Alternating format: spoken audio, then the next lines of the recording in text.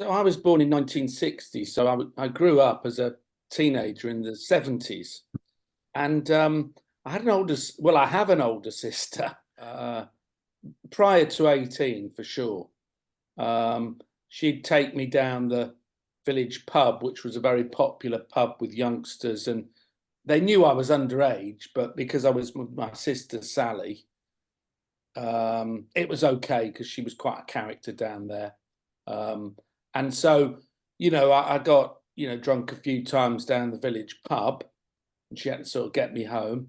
And I also went away to boarding school from 1971 to 1976. So some of the day lads who would bring alcohol in as well. So, um, we'd have sort of drinking parties slightly in the dormitories or, the kind of thing. So certainly, I sampled my first alcohol when I was, I suppose, 15, 16. And yeah, I had parents who never drank. My mother never drank at all. And my father didn't really. He'd have a half of stout, and that was about it. So I think, I started first drinking, I suppose, in the mid 70s. And I think, in the 70s, there wasn't, certainly at home, you hardly ever had alcohol at home, really, in my experience. And that was partly my parents, but, it wasn't, you had to go to an off license to buy alcohol because shops, supermarkets didn't really sell alcohol. And it was just, if you wanted to drink, you went to the pub. And my father just, he wasn't, a pub type. Um, Whereas I was a bit more with my sister going to the pub. I think I was probably around 14. I think 14, 15 probably was when I first kind of like started drinking, started kind of experiencing and like dipping my toe in that kind of thing. I grew up in an alcohol dependent household. My dad's a recovering alcoholic. So I think from a very young age, I was very anti-alcohol, didn't want anything to do with it, was very, very kind of really angry kind of about how normalized it was. So like you were saying too, alcohol was always in my house and even my friend's house. Like it was very normal for there to be like a bottle of wine in the fridge or anything like that. And I think I very quickly, as kind of got into secondary school, realized kind of how socially normal and kind of expected it kind of was. So for me, I was very much like I hate alcohol. I've seen this side of alcohol that a lot of my friends hadn't seen the side of. So they were all so excited by this, like, oh my God, we're going to a party, like my sister can bring this for us and so and so. Whereas I was like, oh wow, like I've had such a different kind of experience than you guys have. But I very quickly kind of fell into the peer pressure of you go out with your friends and that's what you do. You socialize, that's what you do. That's how you meet people. That's how you're kind of confident and that was just kind of the norm of kind of, yeah, 14 to 18. So yeah, I feel like that was kind of just the norm in school and I think still kind of is a little bit. Yeah, so I kind of quickly fell into drinking a lot quite early on. Um, and I think the more I went out, the more I drank. And I started very quickly to realize I kind of didn't like who I was. I was doing things that I wouldn't normally do. I was hurting people I didn't want to hurt. Mentally, I was kind of at an all-time low. When I drank, my skin, I suffered bad with acne. My skin was horrendous. My eating was just scheduled so wrong. I had no routine. I had no routine with my life. I'd come in, I'd sleep in the day, go out at night. Like some of my best friends wouldn't speak to me. I was just a nightmare. And I just didn't really like who I was at all. It turned me into a very, very different person. And I am a bit of a control freak. And when I was drinking, that side of me just completely disappeared. I had no routine. I wasn't interested in anyone else's feelings but my own. And I think it took a few instances where I really had to sit down with myself and think like, this is not who you are. And after seeing kind of everything with my dad and like that sort of history in my family and stuff, I was like, something needs to change. And kind of coming out of stopping drinking and like kind of having deeper conversations with friends and family, like I realized that like that's just not who I am. It's not who I want to be. And I'm a much better person for not drinking. And I like myself. I'm healthier. My skin kind of is improved. My sleep is better. And I'm a better friend for it.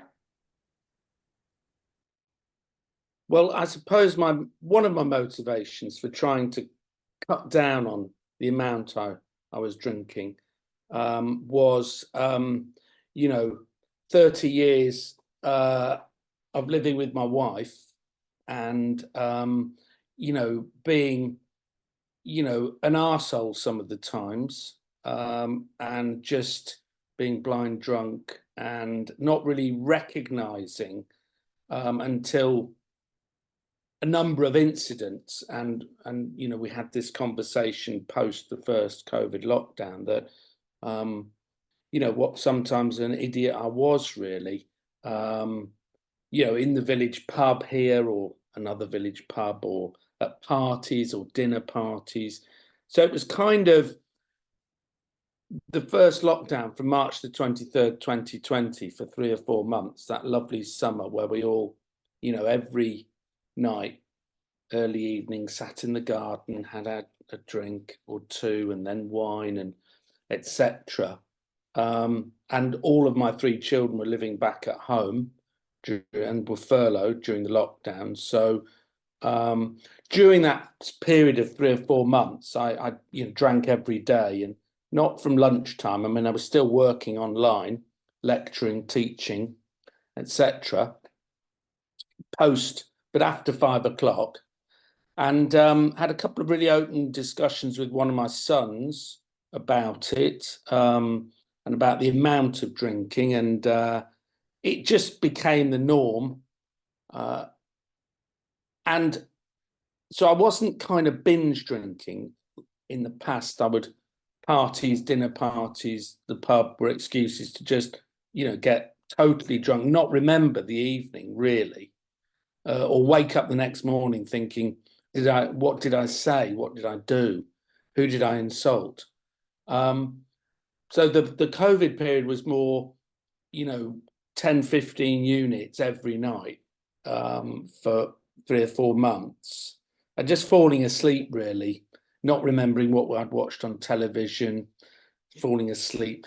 And so it was a culmination of recognizing my previous 30, 40 years and recognizing that I'd been drinking heavily every day, evening, in front of my 3 children, who are, they're all in their 20s and early 30s. So they're old enough, they're old enough to make their own decisions to some extent. The motivation was to try and redeem myself in front of my wife and children, so to cut down.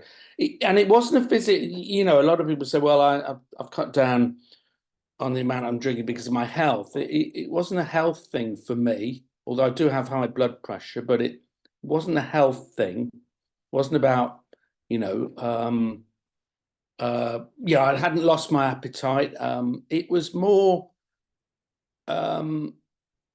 redemption, and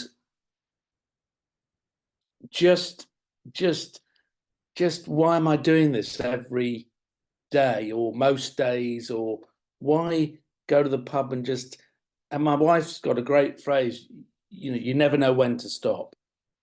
You'll always have that one more. So we'll be at a dinner party and my friend will fill my glass and I'll drink that, and then my wife would say, well, it's time for us to be going. Oh, just one more. And my friend would fill the glass, and so it was just time to sort of stand back, recognize, and think I need to not get in those states again where I'm really just not aware of the previous evening and what I've said and what I've done, and fallen off the stool in the pub, and etc., etc. And so it was a culmination, but that first lockdown really brought it home.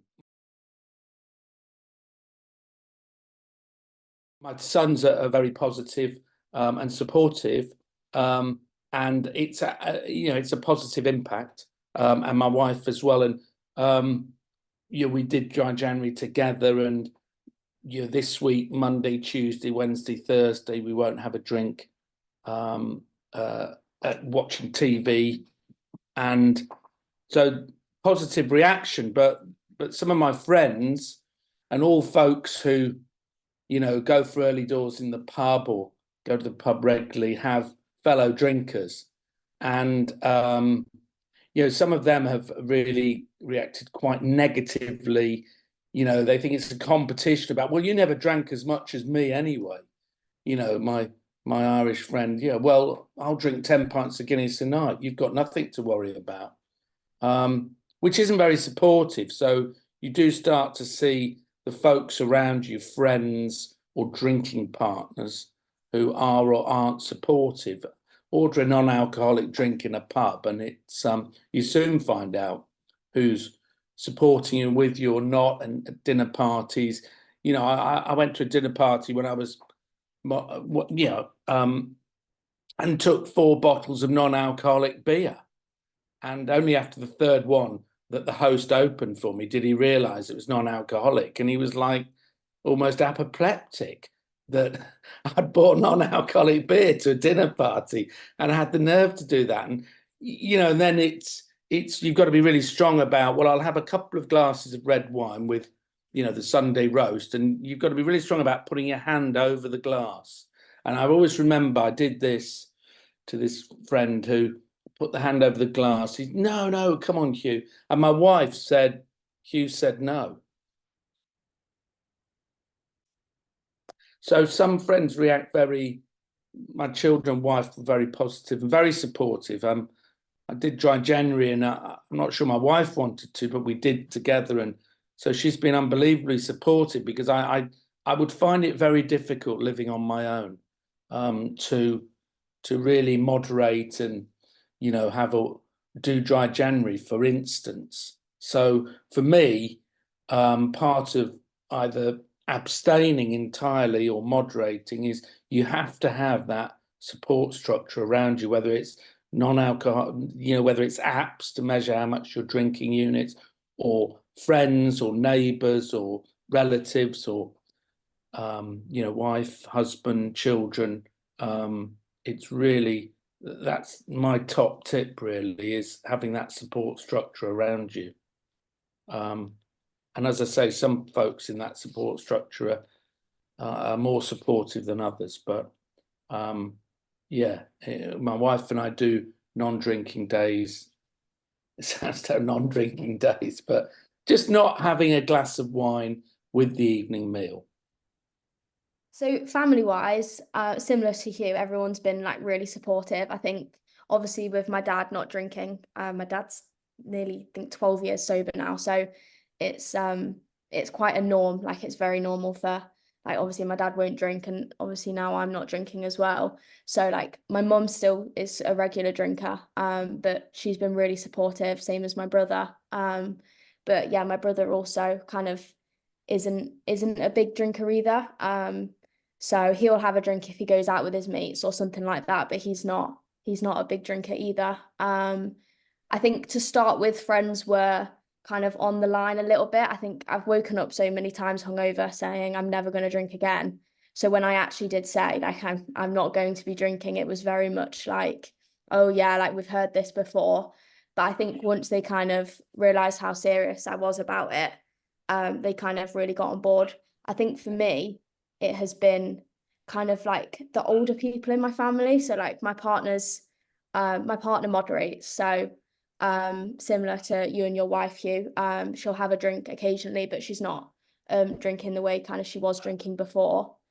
But yeah, I think the older generation for me have been the ones that kind of, I've found it very hard to swallow. Very much like, well, back in my day, I used to drink this much, and I still did this and so. And I think like even neighbors and stuff. Sometimes we sit out with the neighbors. And they're like, go on, no, just have one, like don't be boring. Whereas weirdly, my age group around like my friends are in their 20s, have not had a problem with it at all, like at all, at all. I found myself maybe not get invited to like the club nights, or like if they're going for a big drinking night, maybe haven't been invited, which there's that side of it. But in terms of actually like verbal kind of like what are you talking about, it has been more kind of the older like generation. I think my kind of age group it is more socially accepted, I think, than it was kind of back in their teens, 20s.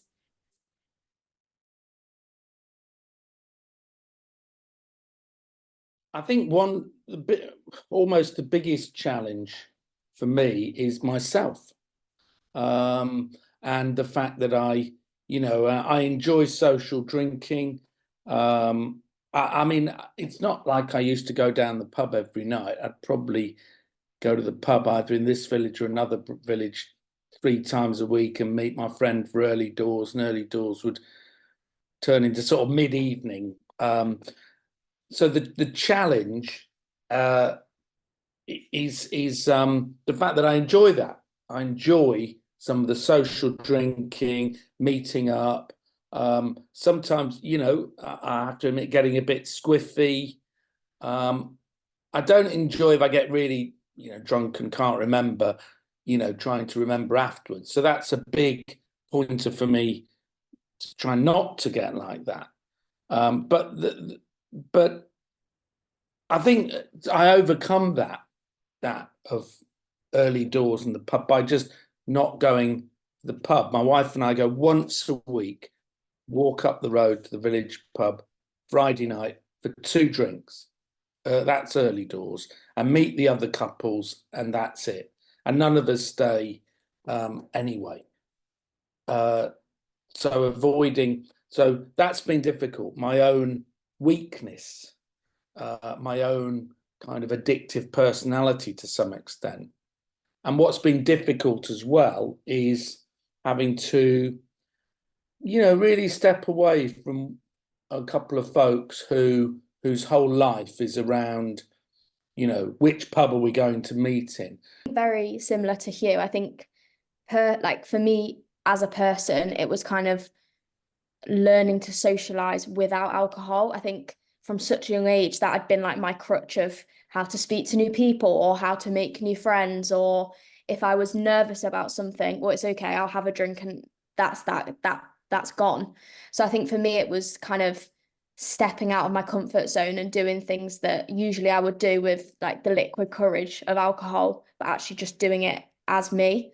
I think learning that has been kind of a gradual thing, and it's still something I am learning. I think I've just actually moved to Liverpool. So I'm like in a complete new city, and I think normally you'd meet people going out for a drink, or you'd meet people at a pub or at a bar. So for me it's kind of finding new things to do and new places to go where like alcohol isn't the central of everything, and I can meet people that are like-minded. I think friend wise, similar. I think for me, it's more the idea of like, I was everyone's go-to person when they went out for a drink. I was kind of the one that was always asked first. Whereas now I'm not particularly asked at all, because that's not kind of what I do anymore. So I think that was a hard pill to swallow, that kind of my whole like personality had changed, and I wasn't seen as the fun friend anymore. I was the one that like, let's go on like a walk in the morning, which I love. But when you see all your friends out on a Saturday night, you do have to think like the FOMO, like the fear of missing out. But you have to remember that nothing good happens after 1 a.m. So it's one of them. And my friends aren't nasty or horrible or anything about that, but it's kind of the whole narrative of how things usually be. It's change, and change is difficult anyway. And similar to what you were saying, Joe, like I've got a very addictive personality, and I think I also miss that at first, the tipsy feeling of like you said, not blackout drunk, but that buzz, that like I miss that feeling. But I think, yeah, they're the 3 things that kind of like come to mind for me.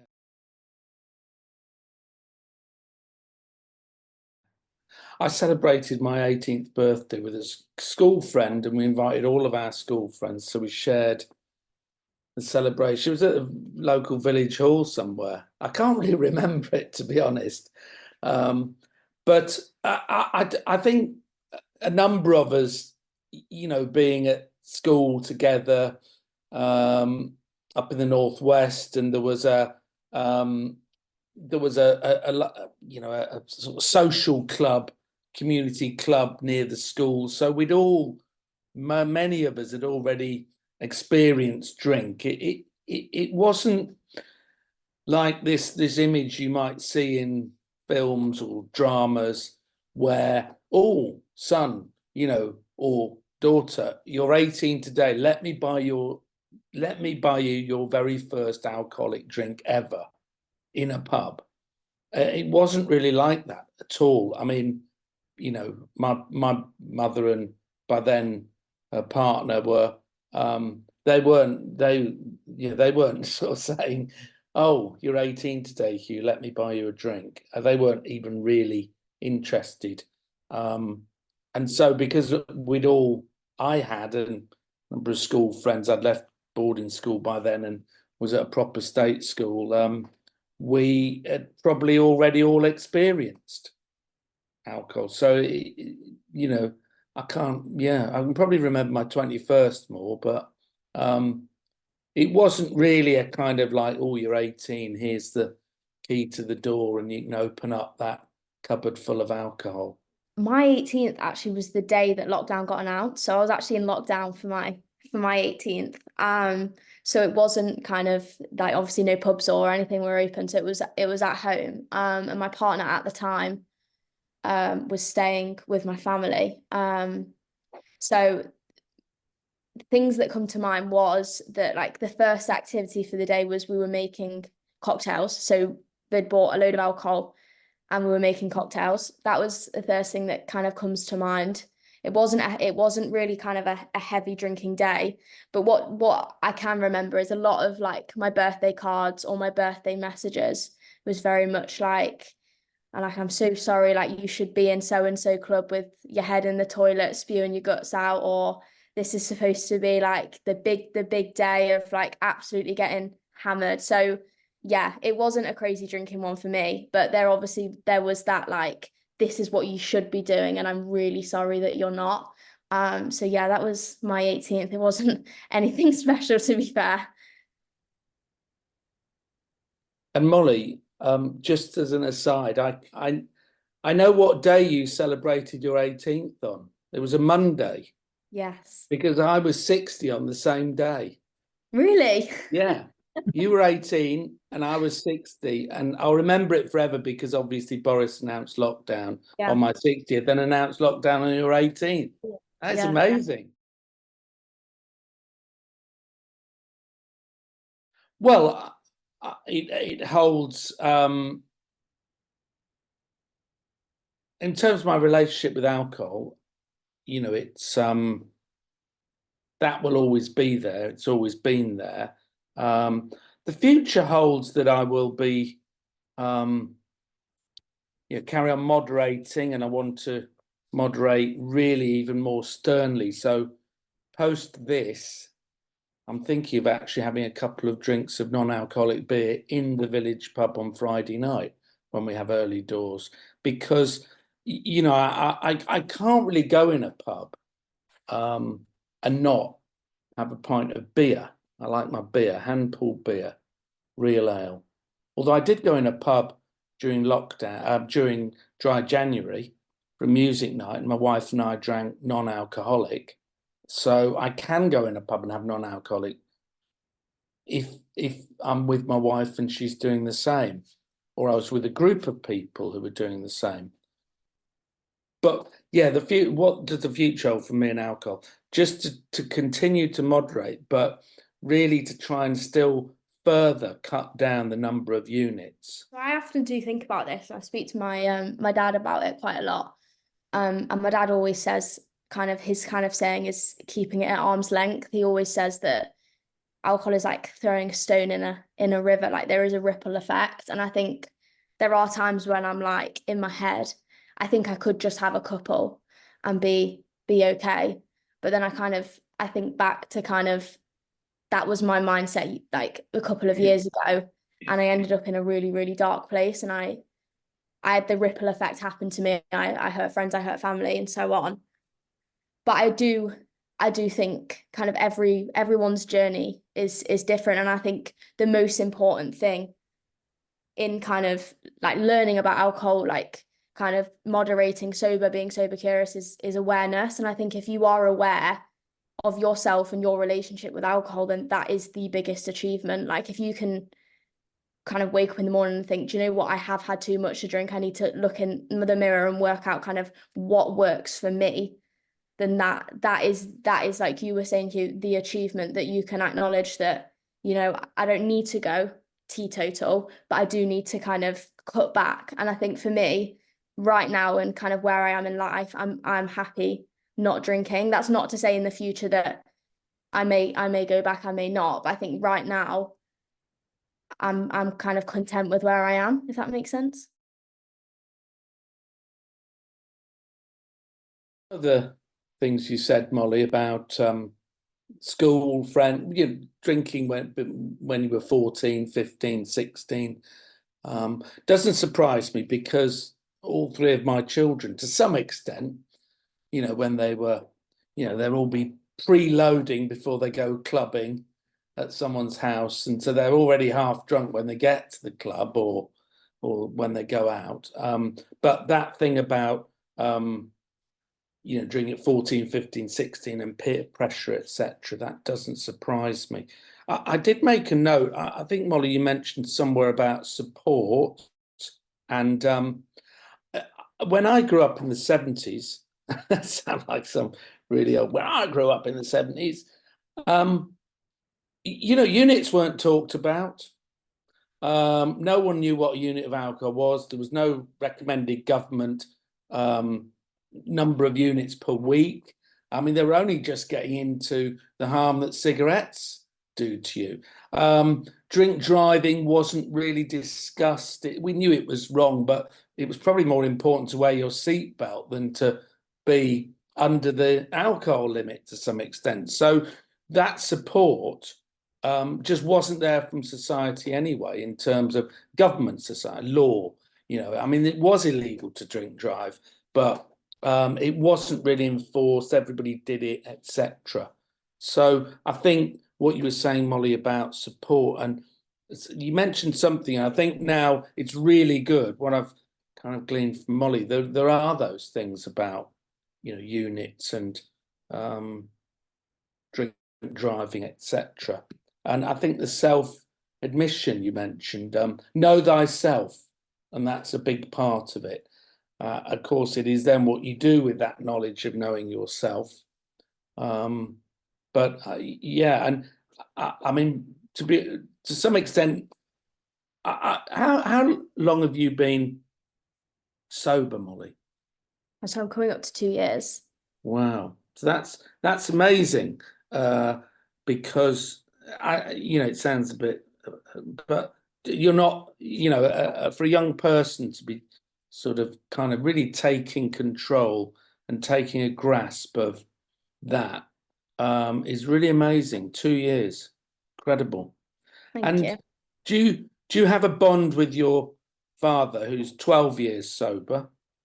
Yeah, I think we had a very rocky relationship kind of to start with, but I think, like you were saying, I think back then there was no education around it, let alone alcohol, mental health in general. No one talked about it. There was no resources, and everyone was very kind of eyes closed around the whole thing. So I think kind of where I am now, I've been able to understand him a lot better and kind of understand his background, his reasoning, and we have a very close And do you relationship. have that bond where my wife and I do this? So we'll say, right, we won't have a drink Monday, Tuesday, Wednesday, Thursday. So if one of us weakens, Yeah, that's an impact upon the other yeah, who might weaken. So do you and your dad have conversations about not weakening yeah, because you'll let each other down, yeah. So or you'll yeah, break we that talk. chain of commitment? Yeah, my dad is very kind of set on his path. My dad goes to AA meetings 5-6 times a week, so my dad is very kind of on his journey. So we have that of like where I'll call him and say, you know, my friends are out and I'm feeling a bit wobbly, or the sun's out, everyone's in a beer garden. And I think it's having that like that conversation or that person in my ear saying A, B, C, and D. So definitely, yeah, we have that kind of like balancing each other out. I think that's for me that's and a lot of what I think Molly said, you know, I've not a huge surprise because I've obviously read up quite a lot about and with my own children. Not that, but that whole sort of it's kind of it's just part of life now, isn't it, really? Alcohol. It's kind of like the cement between the bricks in the wall. It seems to be, you know, just so prevalent. To start with, I think it is just how kind of when you were younger that you obviously could only get alcohol in an off license, and that like it wasn't in the house. Whereas for me, you go to the cinema and you can get a glass of wine with the film you're watching, or any shop now. And like I was saying, I cannot remember like friends, family. There is always either alcohol in the fridge or kind of like you said on a trolley or something like that. So I think how more accessible it's got in such a quick period. And I think also with what you were saying kind of about like your friends at the pub, it surprised me more because obviously, as I was saying, my friends have been like quite supportive. So it upset me a little bit because it's just, you'd think at kind of growing older that you have that kind of just like, I can't think of the right word now, but that kindness of being able to make your own decisions and not needing someone else's 2 pence. I think we live in a world where like just acceptance is so important, and not to judge or make someone feel uncomfortable. So I think that surprised me because you'd expect kind of with age to kind of grow, and that didn't sound as growth. It upset me a little bit.